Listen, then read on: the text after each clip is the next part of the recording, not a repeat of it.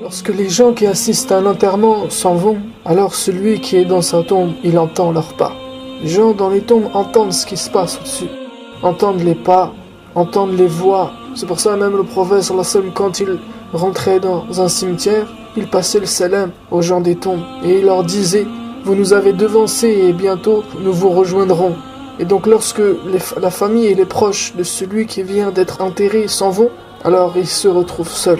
Il pense à sa vie. Il se rappelle de toutes ses actions, de la première à la dernière, les bonnes et les mauvaises. Il se rappelle de tout comme s'il s'agissait d'un seul jour. Allah subhanahu wa ta'ala, il nous dit, si on lui demande combien de temps tu es resté sur terre, il dira un jour ou une partie d'un jour. Il fait son compte rendu, seul, silencieux, jusqu'à ce que Munkar et Nakir arrivent. Ce sont deux anges. Leurs dents déchirent le sol. Leurs cheveux tombent par terre. Leur regard est comme l'éclair. Leur voix est comme le tonnerre. Leur respiration est comme le vent un jour de tempête. Ils sont habillés en noir.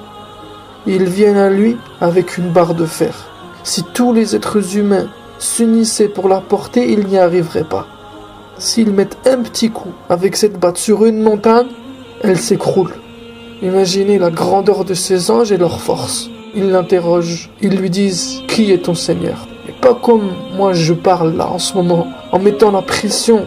Leur souffle, il bourdonne dans les oreilles de celui qui est questionné. Juste faites-les voir ou de les entendre. La personne ne sait plus qui elle est, elle ne sait plus où elle est. Et si elle bug dans sa réponse, ils lui mettent un coup de masse. Et ils lui demandent: quel est ton Seigneur? Mana Rabbuk? Quelle est ta religion? Quel est ton livre? Quel est ton prophète? Quel est ta qibla? Qui est ton père? Nous on connaît les trois questions principales. Qui est ton Seigneur? Quelle est ta religion? Qui est l'homme qu'on a envoyé vers vous? Mais en vérité, il y en a plein, c'est un examen. C'est le contrôle de notre vie. Le moment de contrôler le niveau de notre foi. Et ceux qui ont le meilleur niveau de foi, de piété, leur répondent à ces anges en disant: mais quel droit vous avez pour me parler? Quelle autorité vous avez sur moi? Vous vous prenez pour qui à me parler comme ça? Maintenant, il a pas peur, il n'est pas effrayé. Pourquoi? Parce qu'il a l'iman. Le prophète sallallahu alayhi wa sallam, il dit: celui qui a peur d'Allah, il n'a peur de personne. Et les gens, nous aurons dans notre tombe le même iman, le même niveau de foi que nous avions dans la dunya, dans ce bas monde. Et parmi ces gens, Omar ibn al-Khattab.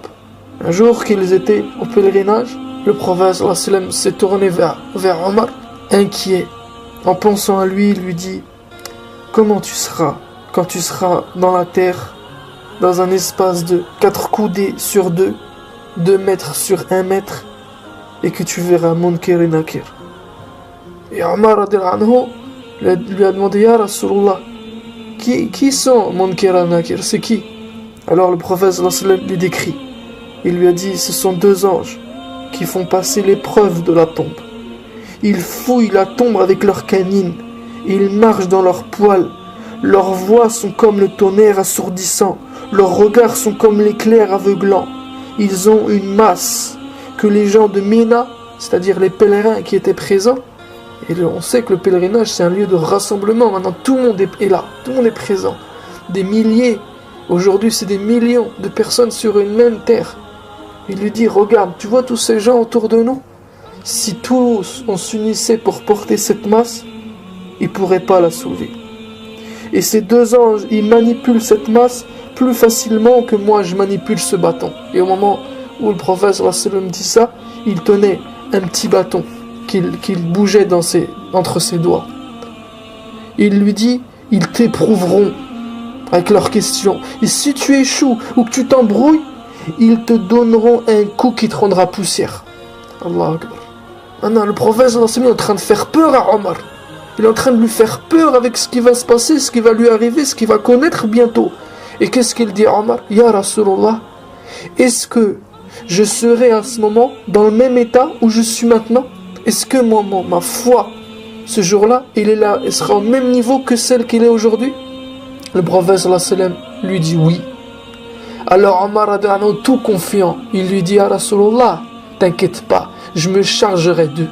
je serai au niveau.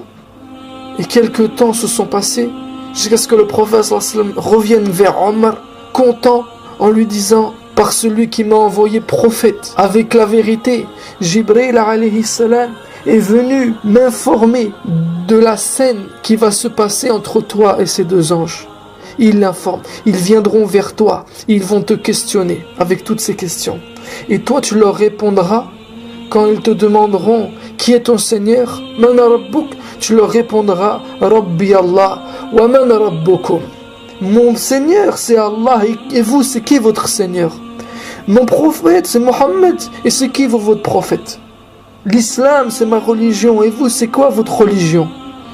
Jusqu'à ce que le Munkar et Nakir se tourneront l'un vers l'autre et diront que c'est étonnant.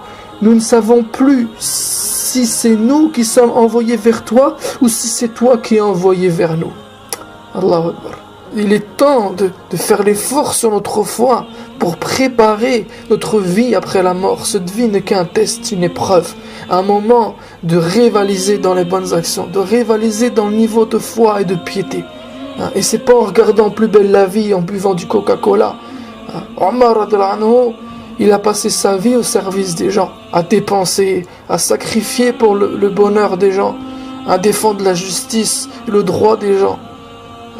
Tout ça, ça augmente la foi, ça augmente l'iman et le rapprochement d'Allah subhanahu wa ta'ala. Un homme s'est plaint de la dureté de son cœur au prophète sallallahu alayhi wa sallam. Qu'est-ce que le prophète lui a conseillé? Passe ta main sur la tête des orphelins. Regardez. Faire le bien, être au service des gens, réconforter les autres, ça augmente la foi. Un jour, Omar radhiyallahu anhu, quand il est parti au Cham, il a voyagé vers la région du Cham, il est arrivé là-bas, il a été accueilli avec une nourriture, il n'avait jamais vu une nourriture semblable. On lui avait jamais présenté un plat, une table garnie comme celle-là. Et il a dit, ça c'est pour nous. Mais qu'est-ce qu'ils ont le masakin? Qu'est-ce qu'ils ont les pauvres qui sont morts sans jamais se rassasier de leur vie? Un homme qui était présent, un sahabi, lui a dit, Ya Omar, ils ont le paradis, eux ils sont au paradis. Alors Omar radhiyallahu anhu a lâché des larmes ont coulé de ses yeux et il a dit, si notre part consiste en ces miettes et que eux ils ont remporté le paradis, ils ont obtenu un avantage immense.